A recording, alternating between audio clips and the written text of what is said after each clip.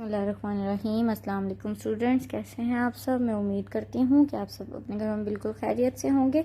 Universal high school ने corona problem की वजह से जो ऑनलाइन लेक्चर का आगाज़ किया है, उस हवाले से मैं आप लोगों की साइंस की टीचर मिस बेनिश क्लास 7 से, ये मेरा लेक्चर नंबर 49 है। लेक्चर नंबर 48 में हम लोग applications of total internal reflection पढ़ रहे थे, जिसमें हमने दो उसके इंस्ट्रूमेंट पढ़े थे, एक बाइनोकुलर और दूसरा पेरिस्कोप। बाइनोकुलर को दूरबीन भी कहा जाता है और पेरिस्कोप ऐसा इंस्ट्रूमेंट है जो एक ट्यूब लाइक होता है, जो कि टैंक वगैरह में इस्तेमाल किया जाता है।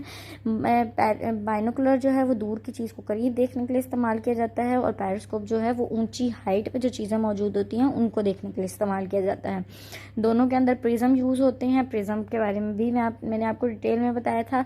इसके साथ मैंने आप लोगों को एक होमवर्क दिया था जिसमें 2 क्वेश्चन थे। Right a short note on a prism. इसका जो आंसर है वो पेज नंबर 97 पर जो ये येलो बॉक्स दिया हुआ है जिसमें प्रिज्म बना हुआ है और प्रिज्म के बारे में ये लाइंस लिखी हुई हैं। ये वाला जो बॉक्स है, ये वाला आपका होमवर्क इस पहले क्वेश्चन का आंसर था और सेकंड क्वेश्चन था draw a diagram of periscope की डायग्राम बनानी थी। तो ये फिगर 9.11 जो है ये इसकी ये वाली फिगर आप लोगों ने उस सेकंड क्वेश्चन के आंसर में बनानी थी। आई होप सो आप सब बच्चों ने अपना होमवर्क कर लिया होगा। अगर किसी बच्चे को कोई प्रॉब्लम आई है तो आप काइंडली यहाँ से देख के अब अपना होमवर्क करेक्ट कर ले। अब हम लेक्चर नंबर 49 की तरफ आते हैं। लेक्चर नंबर 49 स्टार्ट करने से पहले तमाम बच्चे अपनी बुक्स ओपन करें। पेज नंबर आज हम लोगों ने पढ़ना है 96 नहीं, आज का पेज नंबर है 98। आज भी हम लोग application of total internal reflection पढ़ रहे हैं। 2 यूजेस हम लोगों ने लेक्चर नंबर 48 में पढ़े थे। अब 2 यूजेस हम लेक्चर नंबर 49 में पढ़ेंगे। आज हम लोगों ने पढ़ना है मिरेजेस के बारे में और फिश आई व्यू के बारे में। सबसे पहले हम मिरेजेस पढ़ते हैं। मिरेजेस की सबसे पहले हम लोग रीडिंग करेंगे। Have you seen ever water on the road ahead while travelling on a hot Sunny afternoon, but when you get there the road in the perfectly dry, the water was never there. What you saw was a mirages. A mirages is an images of some distant object which appear to us due to the refraction and total internal reflection of light. ये mirages की definition भी है, इसको underline कीजिएगा। A mirages in an image of some distant object which appear to us due to the refraction and total internal reflection of light. ये mirages की definition है। The air higher up in cooler than the air near the road lie. It travels faster than it reaches the warm air. The light ray bend as they travel downward to the reflection. Near the ground where air is even more warm, the light ray travel almost parallel to the ground but continue to bend in other direction. When we see these bending light rays, our brain assume that the ray have traveled in the straight line. These rays seems to us as reflecting from water. As a result, we see a mirages. Desert traveler often observe mirages.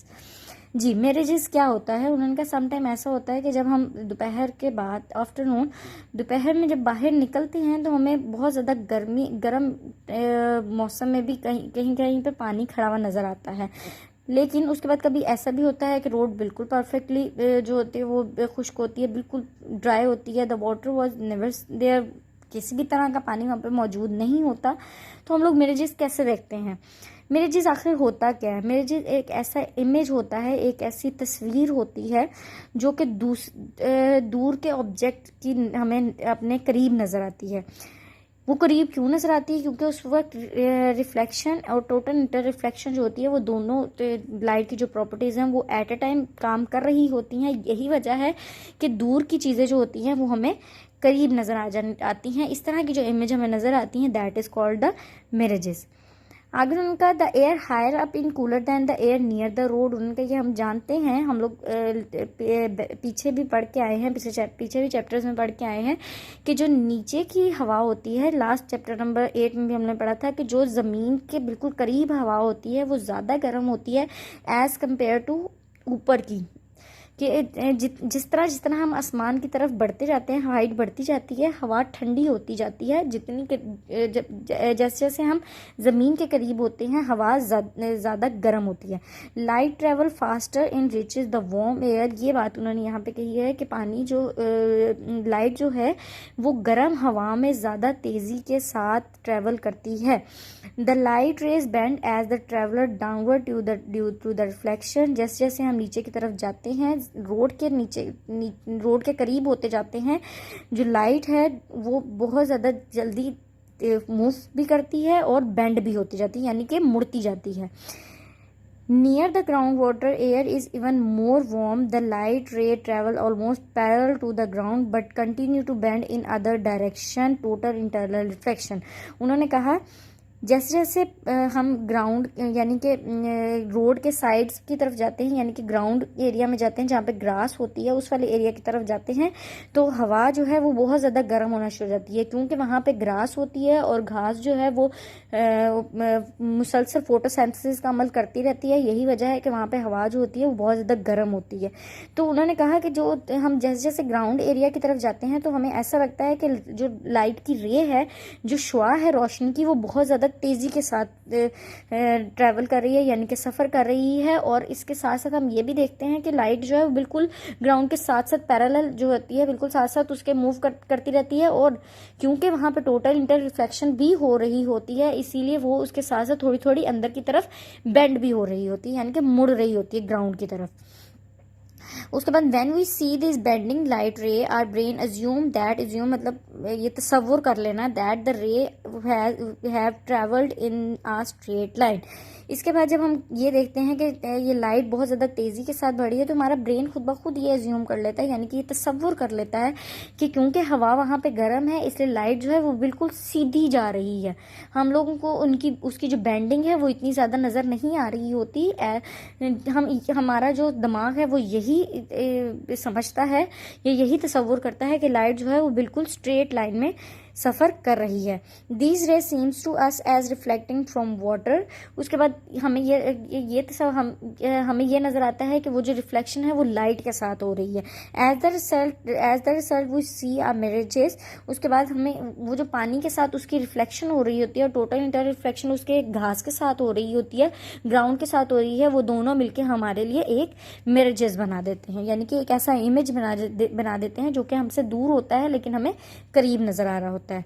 Desert traveller often observe images. Often का मतलब होता है अक्सर, observe का मतलब होता है किसी चीज़ का तजर्बा करना।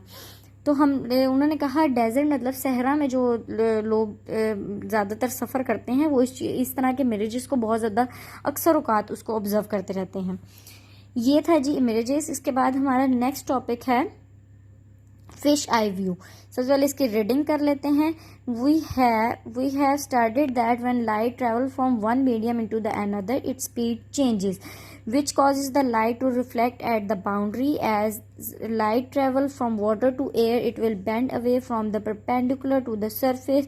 When the angle of incidence is greater than 49 degree, all the light is reflected back into the water. When fishes look up, it will see reflected view of the sides and bottom of the pond, while reflecting above it seems a compressed view to outside world due to refraction.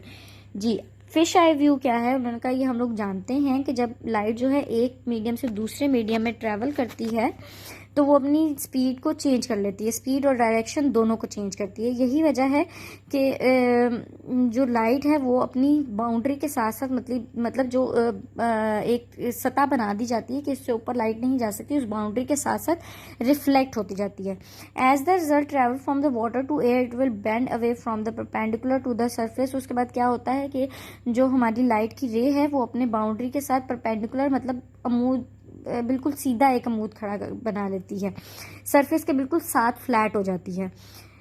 तो उन्होंने ये कहा कि हम लोगों ने जैसे पीछे भी उसमें पढ़ा था प्रिज्म में कि हमारे जो प्रिज्म होता है वो राइट एंगल जो होता है 48 डिग्री और 45 डिग्री और 42 डिग्री का बनाता है। लेकिन जब उन्होंने कहा कि पॉन्ड के अंदर तालाब के अंदर 49 डिग्री से ऊपर का जो एंगल ऑफ इंसिडेंस है वो 49 डिग्री से अबव हो जाता है, तो उसकी जो रिफ्लेक्टिव इंडेक्स है, एंगल ऑफ रिफ्लेक्शन है, वो दोबारा बैकवर्ड होके पॉन्ड के अंदर की तरफ रिफ्लेक्ट हो जाता है। यही वजह है कि जो पानी में रहने वाली फिशेज हैं वो एक ही टाइम में कंप्रेस्ड का मतलब होता है इकट्ठे होना, सिकुड़ना, मतलब कि एक ही टाइम में हर चीज़ को देख लेना। तो हमारी फिशेज जो होती हैं, जैसे कि डायग्राम में दिखाया जा रहा है कि हमारी फिशेज जो है वो एट अ टाइम 3 तरह से देख रही हैं। एक कंप्रेस्ड, एक जो उसकी रे जो लाइट ऊपर पानी लाइट्स हवा से जो लाइट आ रही है पानी के अंदर, वो भी उसकी आई में डल के एक इंडेक्स रे और रिफ्लेक्टिंग रे बना रही है। उसके बाद एक